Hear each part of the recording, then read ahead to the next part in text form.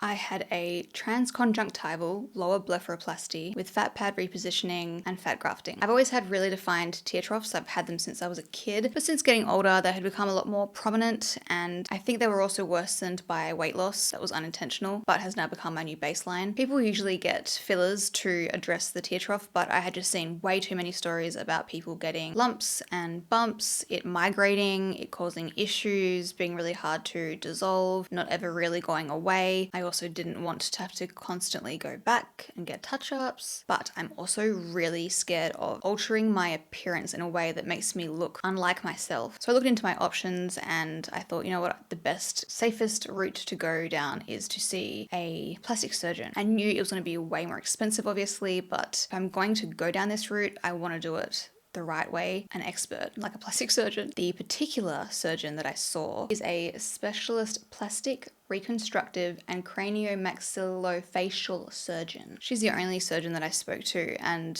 I just got a gut feeling about her. All of her reviews were glowing, but it was the pictures on her Instagram and like the gallery, I guess, of the work that she'd done, particularly with full facelifts on older women. And obviously it's down to personal preference. You'll go to the surgeon who does the look that you want. Everyone's desired outcome is going to be entirely different. The older women didn't have their skin pulled taut like this with that windswept, like I can't close my eyes look. It didn't look like they had any work done. They just looked really good for their age, if that makes sense. They still looked like themselves, which was a really good sign for me because that's what I was concerned about. Anyway, had my appointment. I did ask if I was too young to go down this route, and she said, no, your age is actually great for this kind of surgery because I can't remember why she said that actually. She did have a reason, but she also said that this particular surgery has a really long shelf life, like it lasts a long time. She recommended a transconjunctival lower blepharoplasty with fat pad repositioning and fat transfer. So there is an incision, but you can't see it. On the inside of my eyelid, like in that pink fleshy bit on the inside, that's where the incision was. So there's nothing on the outside of the eyeball, which is awesome. Love that. It's been several months since my appointment, so I can't remember exactly what she said, but something like my fat pads are like this. She takes those and then lays them down flat. So this provides support for this area here, which also smooths that junction there. But then she said you really won't get the result you want just from doing that. So I'd also need to do the fat transfer. So the fat was taken from my inner thighs. I believe she said that fat is the most similar to the facial fat or something. That is then injected into this area here to help provide volume and smooth out that area. One thing I was really surprised about was the fact that it didn't actually go close to my eyeball. I thought it would go all the way up to my lashes, but no, she actually stayed quite low down. It was basically along here. She said she'd also put some in here, which is great because as we get older, that becomes more pronounced as this gravity pulls everything down, but just a little bit anyway. It wasn't even that much. So what we settled on was a conservative approach. I said I'd rather add more later than do too much initially and then not really be able to get rid of it. So I had my surgery. You go under general anesthetic. I don't know how anyone does it under. I think people do it under local or at least twilight sedation. And I asked her about that and she said no. And I thought, how could anyone do a transconjunctival lower blep if the person's not knocked out? You've got a scalpel near someone's eyeball. What if they jogged awake or move or have an itch? Oh my God. And she even said if you use a local, it causes the tissue to swell. So you don't even know what the outcome's going to be like. The surgeon doesn't because it doesn't look like your anatomy normally does. Anyway, it was expensive, of course. I have private health, but I have the bottom option. That's a whole separate story.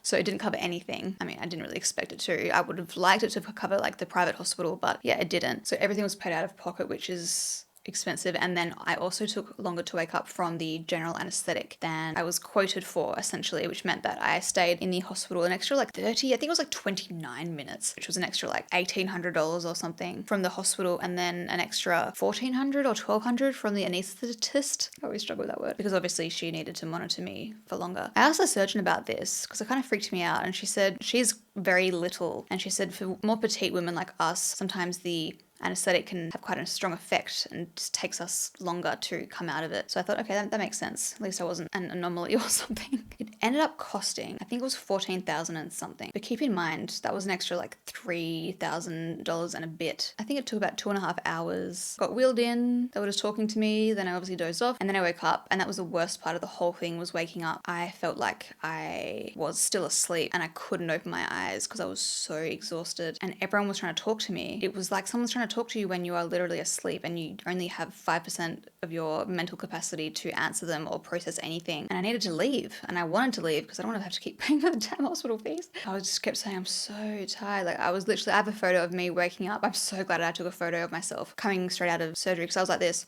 Such a bad photo. Part of it must have been the fact that it was my eyes that had been operated on, so they just felt really like tired, and you know when you're super exhausted and you can barely keep your eyes open and they feel gritty? That's what it felt like. But I slept in the car ride home. I got home, I slept for a couple of hours, and I was fine, totally normal again. Recovery in general was pretty fine. I don't think I even had to take pain relief. There was an ointment that you had to put in your eyes every couple of days that made them blurry for like a couple of minutes, but that's it. Swelling wasn't even as bad as I thought it would be. The bruising was more significant, I think, but even then that wasn't that bad. The most annoying thing was having to sleep at a 45-degree angle-ish for a couple of weeks if I'm a side sleeper, so that was really uncomfortable. I didn't leave the house because I had these pads you'll see in the pictures that were basically holding the stitches in place, the stitches that were holding my fat pads in place. So those were a bit of an eyesore, but I got those taken off about a week in, I think. It was a bit of a roller coaster. There was a point at which my under eyes had become so dark that I thought, oh my gosh, is this just a side effect, or is this abnormal, or is this normal? So I emailed her and she said it was all normal. Do not ever, ever, when it comes to any kind of plastic surgery,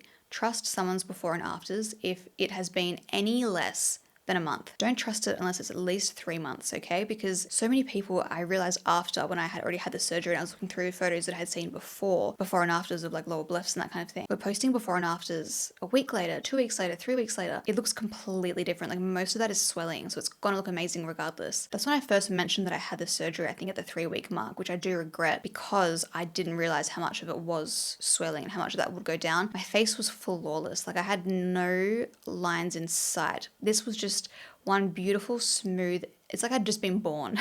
But then when I looked down, I'll insert pictures, my eyes were super squinty and I looked kind of uncanny valley-ish. I looked like me, but I looked different. And I watched old videos back that I filmed during that time and I was like, oh gosh, I did look a little bit creepy, but people were inquiring about it and really, really wanted to know what I did. I definitely jumped the gun too early there and I wish I'd waited longer, but hindsight. She said I wouldn't get the full kind of picture of what the results would be like until the 3-month mark, and it's now been about 3.5 months. All that swelling did eventually go down. She also said I wouldn't get a proper idea of how much fat would survive until swelling had not fully gone down because it's going to take like a year, but most of it had gone down, which is basically now, because otherwise you might think that it's fullness from the fat, but it's just swelling. It was about a couple of weeks ago that I emailed her because I had another concern, which was that this eye here is more hollowed than the other eye. I did have a more hollow left eye before surgery. Bit of a ridge here. From on a certain angle, I can see a line going from here to here, which is basically like my orbital bone, and it's hard to know if the fat just didn't take there as much or as well, or things obviously settle differently. Both sides of your face are never going to settle identically. That's kind of the risk with fat transfers, is that you don't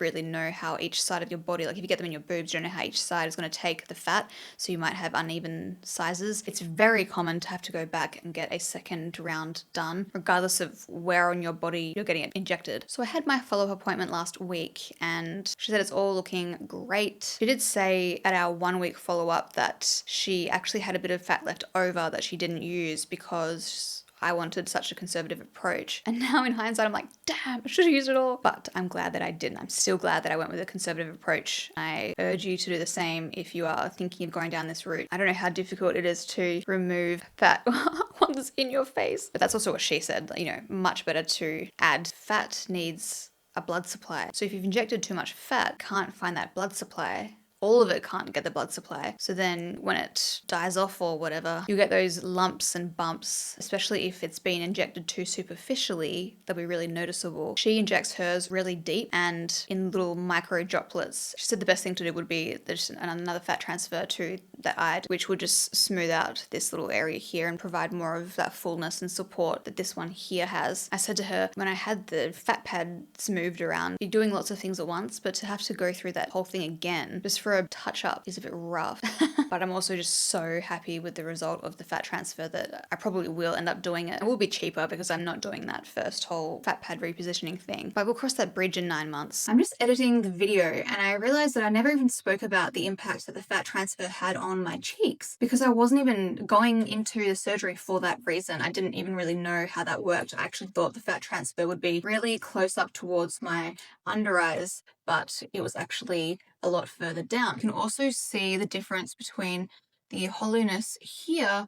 You can see this little bit here compared to here where it's fuller. The fat transfer in my cheeks has actually made a really big difference. I've been looking through all of my old photos and I've been noticing that apart from the tear trough line, this area here was actually hollowing quite a bit as well. I don't think I even paid as much attention to it before because the tear trough area was my main concern. But my cheeks don't look like that anymore, even in unflattering lighting. The improvement in the tear trough had already made the surgery worth it, but the improvement in my cheeks, the fullness that has been kind of restored that I had lost with aging, just makes the whole thing even more worth it. And another reason why I'm glad I went with the fat grafting rather than filler. I don't want to share her name publicly everywhere, so if you would like to know her name, she's in Perth, I will do a post on my Instagram and then I'll put in the caption that if you comment surgeon, I can set something up that I auto send you a DM with her information. I was already unsure about even talking about all of this because I don't want to be glamorizing it or whatever, but it's like we're all adults and so many people have asked about it, and if you don't want to do it, then don't do it. I'm also just sick of feeling I have to pander to everyone's needs because I know that I can't win, but yet I've exhausted myself trying so many times. If you do another fat transfer, do you have to be under for that, or could you get that awake? Would have to be under general again. Do you still feel like you look like yourself? Do you still think it's worth the cost or recovery time? Yes, absolutely worth it for me. It was very expensive, but I am